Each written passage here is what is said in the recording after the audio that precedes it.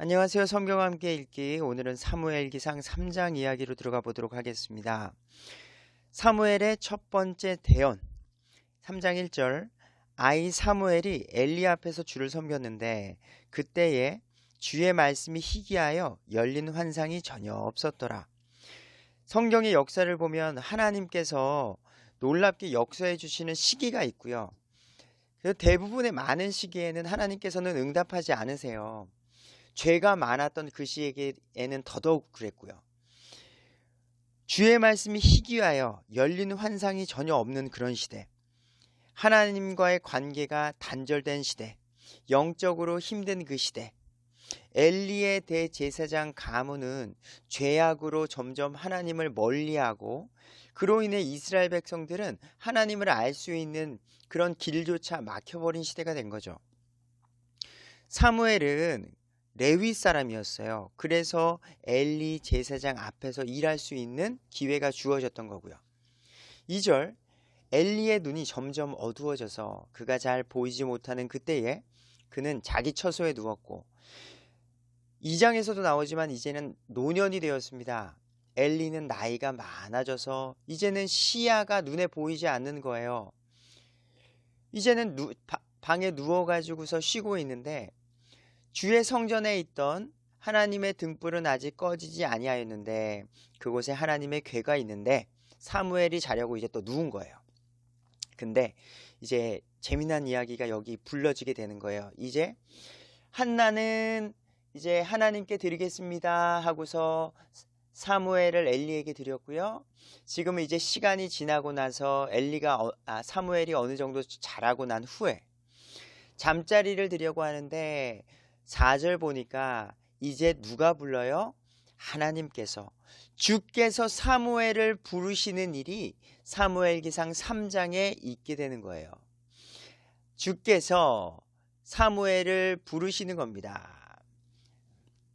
사무엘아. 그러니까 사무엘이 그 목소리를 듣고서 내가 여기 있나 하고서 누구에게 갔느냐? 엘리 대제사장에게 간 거예요. 엘리 대제사장님, 저 부르셨어요? 당신이 불러서 내가 여기 왔습니다. 근데 엘리 제사장 할아버지가 나는 너를 부르지 않았다. 가서 다시 누워라 한 거죠. 그리고서는 이제 잠자리로 들어와서 6절에 또 누운 거예요. 근데 누워서 딱 있는데 또 누군가 사무엘을 부르는 거예요. 사무엘아. 누가 부르는 거 맞는데 하고서 또 그 목소리를 듣고서 또 누구에게 갔어요? 엘리 대제사장밖에 없으니까 엘리 대제사장에게 가서 지금 몸이 불편해서 누워 계시니까 나에게 무언가 도움을 청하시나 보다 하고서 그분에게 가서 당신이 나를 부르셨으므로 내가 여기 왔습니다. 왜 부르셨어요? 근데 내가 너를 부르지 아니하였다니까 두 번째 이렇게 말을 하는 거죠. 7절에 보니까 이제 사무엘은 아직 주를 알지 못하였고 주의 말씀도 아직 그에게 계시되지 아니하였더라. 여러분, 구약에는요 우리가 알아야 될 게 성경은 언제 완성됐죠? AD 100년경에 완성됐단 말이에요. 성경이 완성되기 전까지는 직통 계시가 있었어요.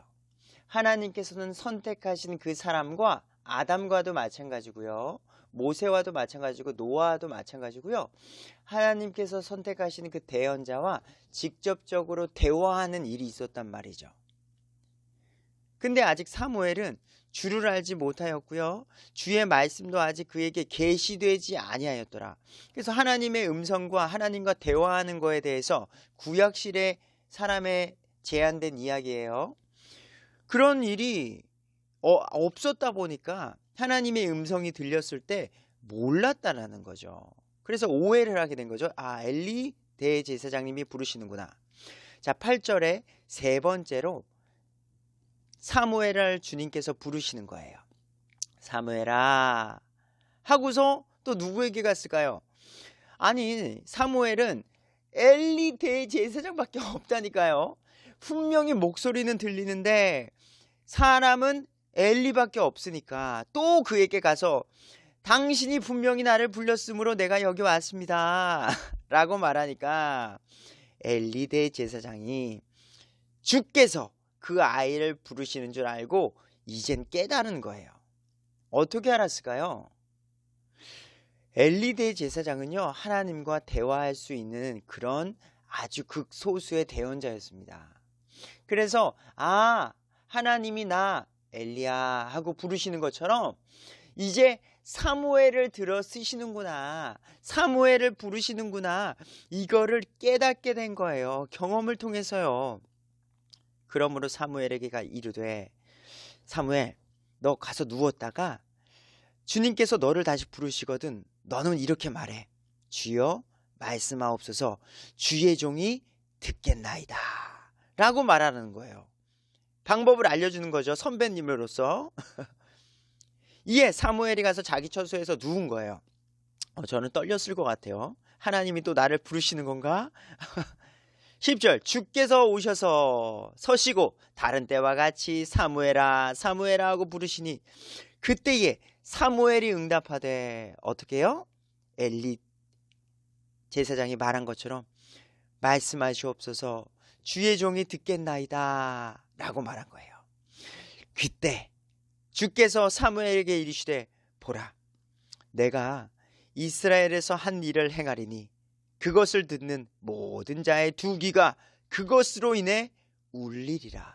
그날에 내가 엘리 집에 관하여 말한 모든 것을 그에게 행하리라. 내가 시작하면 또한 끝을 내리라. 주는 알파와 오메가, 처음과 끝되세요. 이 세상의 시작과 끝을 모든 것을 주관하시고요, 영원하신 분이시죠. 하나님이 계획하신 그 일은 반드시 성취된다는 거죠. 우리가 성경을 연구하고 배우는 이유가 여기에 있어요. 성경을 알면 우리는 평안할 수 있기 때문이에요. 세상은 너무나도 복잡하고 힘들고 어렵지만 하나님의 말씀을 알면 알수록 위로와 평안과 기쁨이 우리에게 주어지기 때문이에요. 왜? 끝을 아니까. 13절, 그가 알고 있는 불법으로 인하여 내가 그의 집을 영원토록 심판하리라고 그에게 말하였으니, 엘리의 집에 우리 엘리 가정 홈리와 비느하스가 너무나도 죄를 많이 지고 하나님께서 용서받지 못할 죄를 졌기에 영원토록 심판하리라고 그에게 말하였죠. 이는 그의 아들들이 스스로를 더럽혔으나 그가 그들을 억제하지 아니하였기 때문이라. 죄를 많이 짐에도 불구하고요, 엘리 대제사장이 그것을 억제하지 못하는 상황까지 갔기 때문에 그 집안을 이제 심판하겠다는 거예요.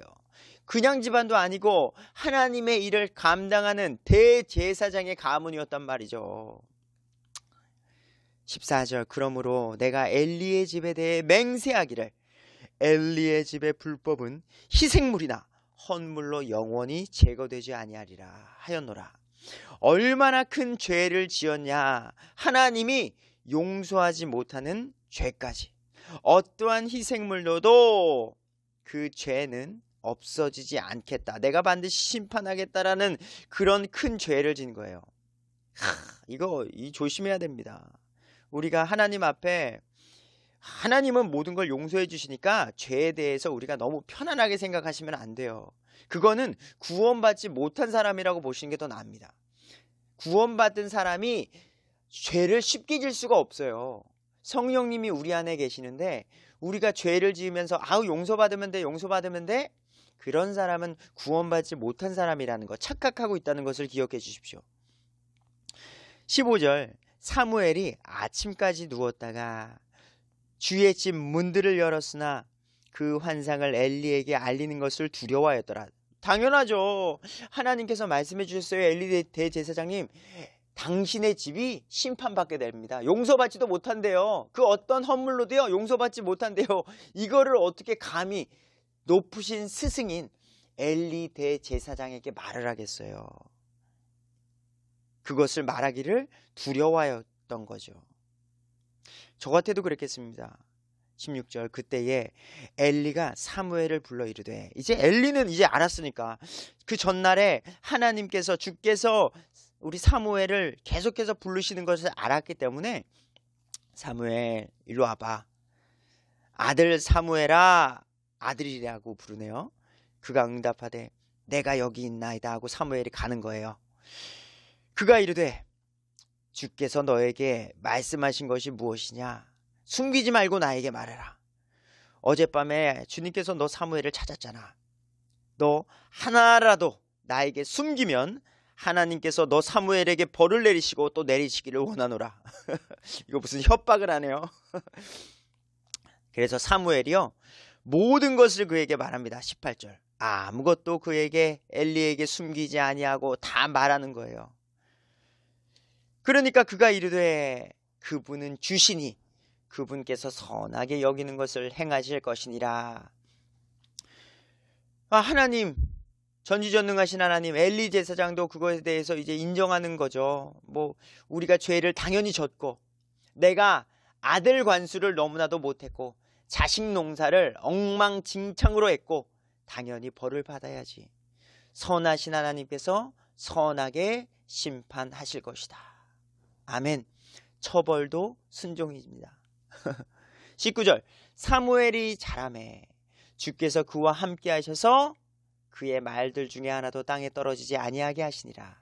단에서부터 부엘세바에 이르기까지 온 이스라엘이 사무엘은 주의 대언자로 세워진 줄을 알았더라. 이제 엘리 제사장의 가문은 점점 더 없어지고 자연스럽게 하나님께서 세우신 온전한 사람, 순종의 사람, 믿음의 사람 사무엘이 널리 사람들에게 알려지는 일이 있게 되는 거죠. 새 인물이 등장하게 되는 겁니다.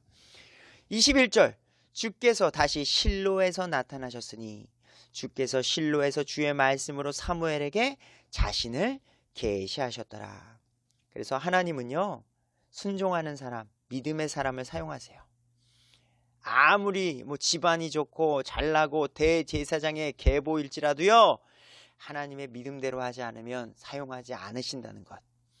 자, 우리도 믿음의 그리스도인으로서 오늘도 하나님의 뜻 가운데 순종하고 나아가는 우리 모두가 되길 바라며 우리 다음에 4장 이야기로 뵙겠습니다.